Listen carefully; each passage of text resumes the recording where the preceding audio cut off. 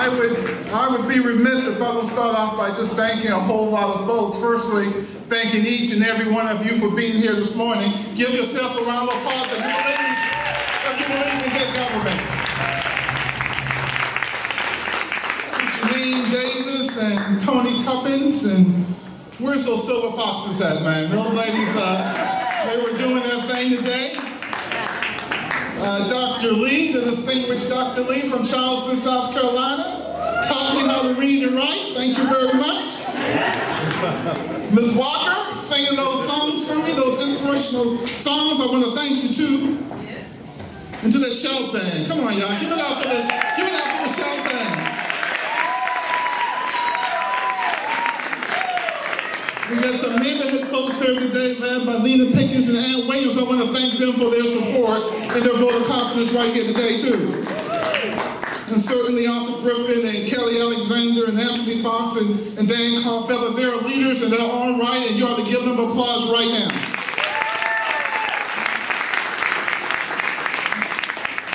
I'll be remiss if I don't start off by thanking my family who's here today, Kim. I'm going to let you into a little secret, Johnson C. Smith. My daughter, Nicole, is here. She's a basketball player for Fayetteville State University. And they play Johnson C. Smith today at 5:30, so we're going to have to pray with that tonight. So I want to thank Nicole for coming down. She's here today and from Fayetteville, and she'll be leaving to go to the game pretty soon, so I want to thank Nicole. And I want to thank my oldest daughter, Courtney, from Winston-Salem State University. So we got a whole lot of conflict at home during the CIAA tournament. So I'm just saying, I'm just saying. But I came to this community in 1981, born and raised in Charleston, South Carolina. And I came here on a tennis scholarship, 30 pounds lighter at the time. But I came here to start a journey. Didn't know where the destination was going to take me, but it was a journey I felt compelled to take. Starting with higher education and learning. I don't need this. And getting that groundswell of support I needed at Johnson C. Smith University.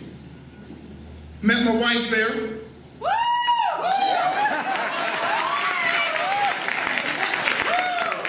And together we built a family and started to build a relationship in this community. That journey started at Lutheran Family Service for me, where I was responsible for taking care of kids who were wards of the county, giving them love and hope and inspiration where they saw none. That journey led me to the Carolinas Minority Supply Development Council, and that man over there, Donnie Simmons, told me about the job. And for 10 years, I helped open the doors of economic opportunities for small minority-owned business all over this country, and specifically here in the Carolinas. Here in Charlotte, in Greensboro, in Raleigh, in Greenville, South Carolina, Columbia, and Charleston, South Carolina. Opening the doors of economic opportunities for small minority-owned firms. That journey took me to Bank of America, where I did the same thing, making sure that diversity and inclusion was a part of the corporate structure and the fabric of any corporation. That journey took me close to here, on the corner of Sugar Creek and North Tryon Street, where I first announced my candidacy for the Charlotte City Council. I lost that election, but I didn't lose hope. I didn't lose hope for our community because I know that this was a journey that needed to be took. And I came back 4 years later with the help of Ann Williams and Charlie Williams of Hidden Valley, because they wanted a better community. I did it for this lady in the front row, and after Ms. Park. Ms. Williams wanted a better community. And I did it for Lena Pickens, because Lena Pickens and Bill wanted a better community too. So it was a walk that I felt compelled to take. And we took that walk, and we did what needed to be done to increase our community capacity. We transformed a drug-infested neighborhood right around the corner, Belmont, Piedmont Courts, to Siegel Points. We worked to establish a Belmont revitalization plan, working with Tony to give people hopes and build a better community. While everybody was fighting on the first transit line, we were smart enough that we wanted to be second. And now $850 million of infrastructure is being built and along the North Tryon Street corridor, going through North where we sit today. I'm proud of that. I'm proud that we invested in building an arena and invested in bringing the CIAA tournaments in town that will bring over $50 million of economic impact for this community. I'm proud of the journey that we've taken along the way. And I've learned that a journey is not measured in miles, but measured in friends along the way. And along the way, this community has embraced me and took me under their wings, and sometimes when I fall down, they pick me up and sent me on my way. And I also understand that a destination is never a place, but a new way of seeing things. I have learned that we know exactly where we're going, exactly how we're going to get there, and likely what we're going to see along the way, we won't learn anything. I've learned that sometimes it's necessary to take the road less traveled. Because what our community needs is a new direction to solve problems of our times. And walking the same path as others means getting the same results, and we can ill afford that. I have learned by taking this journey that sometimes it is necessary to enter uncharted territories. The truth is that our finest moments are most likely to occur when we are in new places, foreign lands, feeling deeply uncomfortable, unhappy, or unfulfilled. For it is only in such moments, propelled by our discomfort, that we are likely to step off our ruts and start searching for different ways or a higher learning.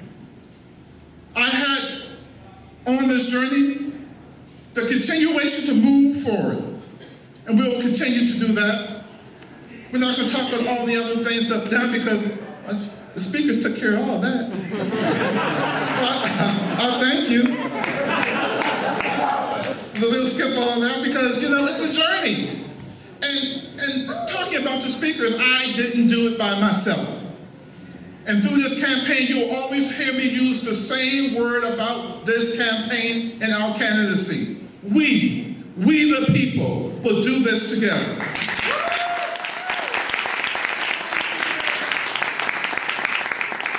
Nonprofit leader, corporate leader, educator at Johnson C. Smith University, revitalizing a corridor, making it safe for our students and better for community members. We're still on this journey together. And our journey continues today. And for those who out there who think I'm tired or weary, rest assured, I am not. And in the words of James Cleveland, I've come too far from where I started from. And God is not going to leave me right now. We're going today. So today, at this time, and this place, I officially announce my candidacy for the United States Congress. We're moving forward.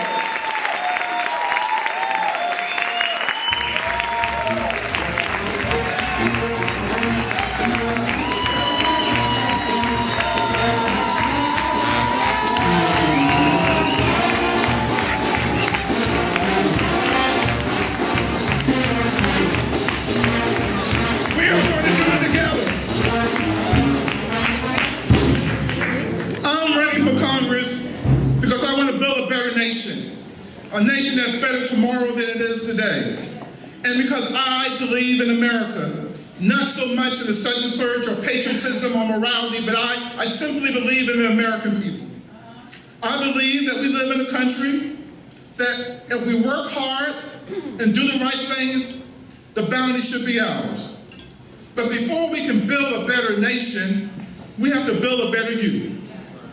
I believe that every child in America deserves a life free from poverty that includes a safe home, a clean environment, adequate nutrition, and affordable health care. I believe in that.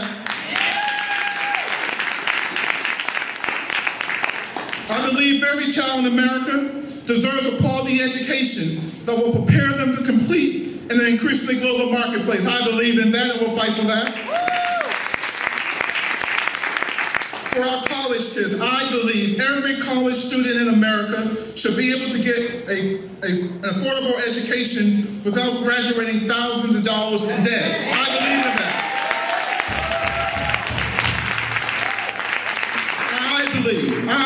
I believe every willing adult in America should have a job that allows them to earn a decent wage and provide a reasonable standard of living for themselves and their family. I believe in that. I believe every American should have equal access to resources that enhances their job fulfillment. I believe in that. I believe that every American should have access to the financial security that home ownership comes with. I believe in that. I believe every American who possesses entrepreneurship vision, drive, and desire should have the resources necessary to start and operate a business. I believe in that. I believe that when we build fences to keep others out, erect barriers to keep others down, deny to them the freedom that we ourselves enjoy and cherish the most, we keep ourselves in and hold ourselves down, and the barriers we erect against others become prison bars to our own soul. It is time for us to have immigration reform in this country. We are all in this together. I believe in America, and I believe in you, and that's why I'm running for the United States Congress. Now, no one's going to give us this election, and I don't want them to. We're going to go out and earn it. We're going to start here in Charlotte. We're going to march down to Concord. We're taking our journey to Salisbury, all the way to High Point, Winston-Salem, and Greensboro, all parts in between. We're going to earn this election and give this community the representation that it deserves. But I can't do it by myself, y'all, and that's why we're here today. I just need a little help from my friends. Just need a little money from my friends. Need a little time from my friends. I need you to tweet for me. I need you to Facebook for me. I need you to tell them that Malcolm Graham is running for the United States Congress and he needs your help and I'm helping him. Would you do that for me? Give me a helping hand. Will you tell a friend for me? Will you go to church and tell your church members for me? Yeah. Will you go to your sororities and your fraternities and your Masons group and tell them about Malcolm Graham and what we want to do for our country? We can begin to build a nation right here in North Carolina's 12th Congressional District if we all will just work together and move in the same direction. I believe we can do that. Monday morning at 12 noon in Raleigh, we will officially sign the papers as a candidate for the United States Congress.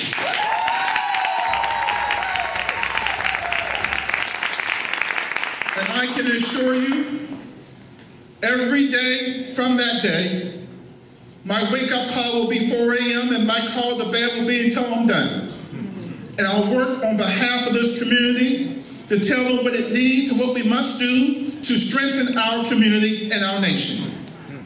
And because some other good folks running, but I think I'm just simply prepared and ready.